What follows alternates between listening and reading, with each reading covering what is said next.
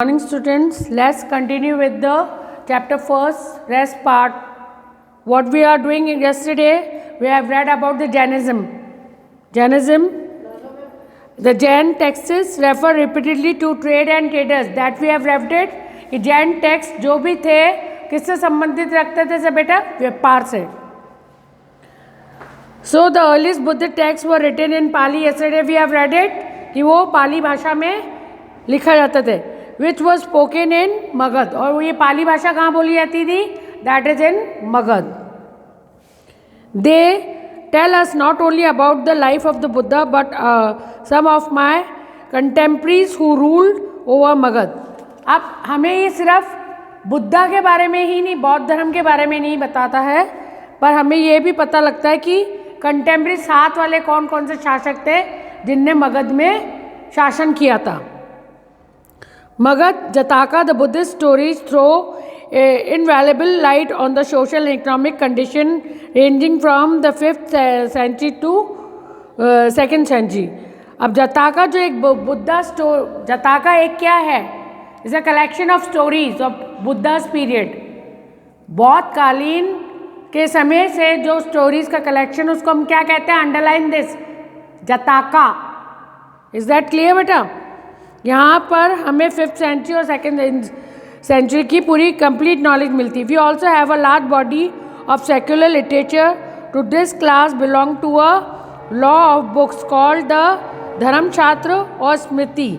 हम इसको क्या कहते हैं? धर्मशास्त्र या स्मृति. जैसे आज भी हमारे पास कलेक्शन ऑफ बुक है जिसमें हमारा कानून के विषय में लिखा हुआ है, तो उस समय में ही हमारे पास रिटन रिकॉर्ड था जिसको हम धर्मशास्त्र या स्मृति कहते हैं. Which record with the commodities is called Dharmashastra. और जो Dharmashastra, they lay the duties for different varnas as well as for the kings. जो धर्मात्रास होते थे, जो धर्म के बारे में, कानून के बारे में, जैसे आज कौन कानून से कौन जुड़े हुए हैं? वकील जुड़े हुए हैं, लॉयर्स जुड़े हुए हैं, और कौन जुड़े हुए हैं? पुलिस वाले.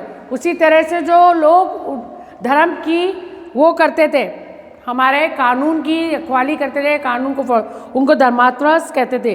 दे lay the duties for different varnas as well as for the kings and they official, उनके ऑफिसर्स के लिए काम करते थे. They prescribe the rules according to which property is to be held, sold और इनहेरिटेड. वो ही निश्चित करते थे कौन सी प्रॉपर्टी को बेचना है, खरीदना है. एन इम्पॉर्टेंट बुक ऑफ अर्थशास्त्र ऑफ कौटिल्य. हम सभी जानते हैं अर्थशास्त्र किसकी देन है? कौटिल्य, जिसका दूसरा नाम क्या है? Chaitanya. It reflects the state of society and economy of the age of Mauryas. मौर्यकालीन सभ्यता में, at the time of Mauryas, हमारी सभ्यता कैसी थी, ये सब हमें किस बुक से पता लगता है? अर्थशास्त्र से. It provides rich material for the study of ancient Indian policy and economy. We also have some of the earliest Tamil texts found in the corpus of the Sangam literature. This is very major source of the information of the social, economic and political life of the people living in Tamil. Tamil Nadu में जो लोग रहते हैं वो, उनके बारे में हमें कौन से साहित्य से पता लगता है बेटा? That is Sangam literature. कौन सा साहित्य? संगम. So, Tamil Nadu in the city Christian centuries, the indigenous literature can be supplemented by foreign accounts. The India came the Greek, Roman and the Chinese visitors as a travelers.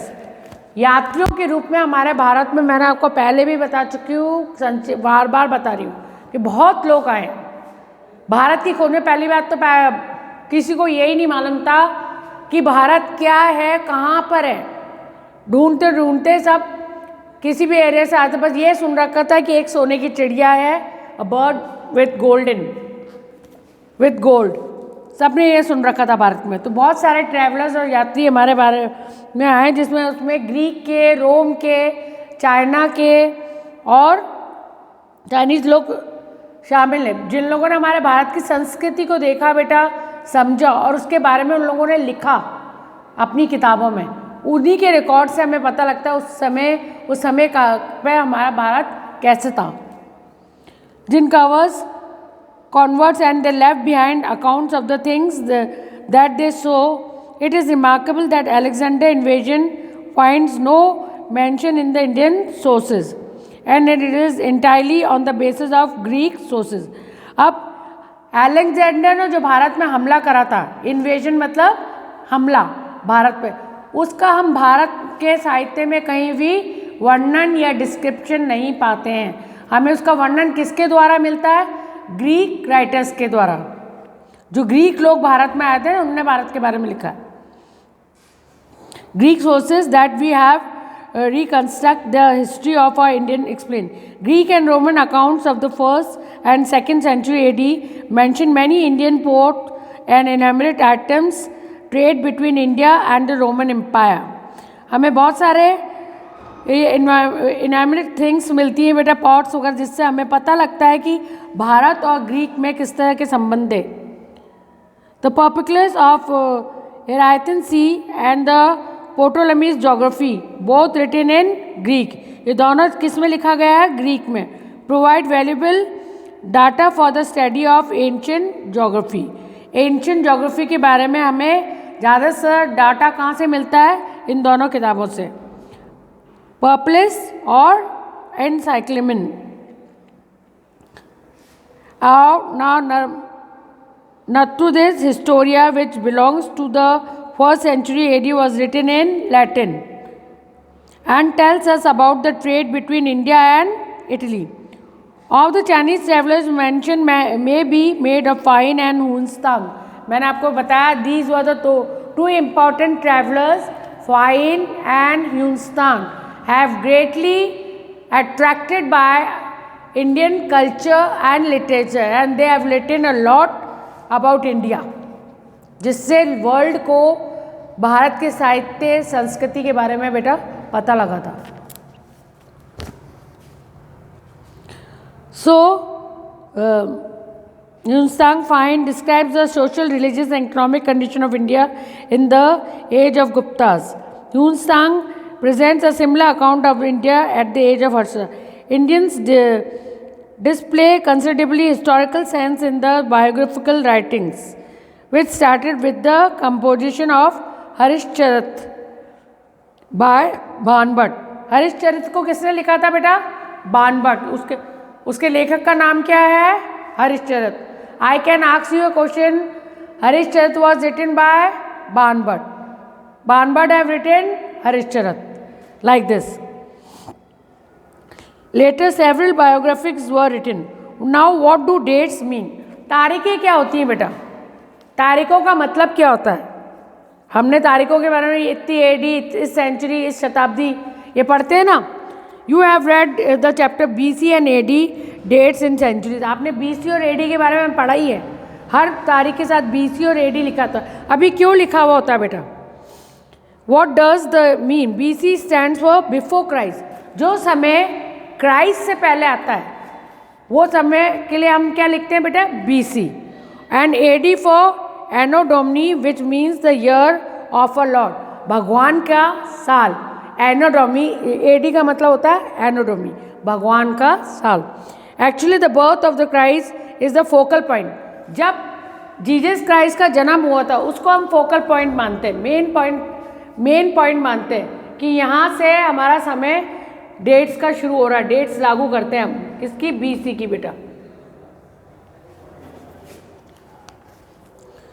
So AD is counted from the date generally assigned to the birth of Jesus Christ. For example, 100 BC comes before 99 BC.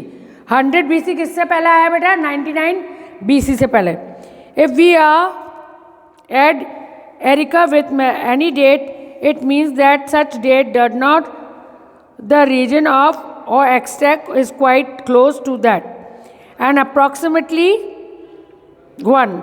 Sometimes CE is also used, that means common era. CE भी हम use करते थे जिसका मतलब common era, समय जिसके बारे में हमें इतना नॉलेज नहीं हो. And BCE for before common era, जो हर चीज़ के लिए कॉमन समय नहीं था. BCE टर्म हम बहुत कम यूज़ करते हैं. Sometimes BP is also used, which means before present. Present वर्तमान समय से पहले के लिए हम BPB यूज़ करते हैं, पर बहुत कम, रेयरली इन शब्दों का हम उपयोग करते हैं. ज़्यादातर हम क्या यूज़ करते हैं बेटा? BC और AD, एनोडोमेन वाले. Now this finishes your chapter बेटा. ओके.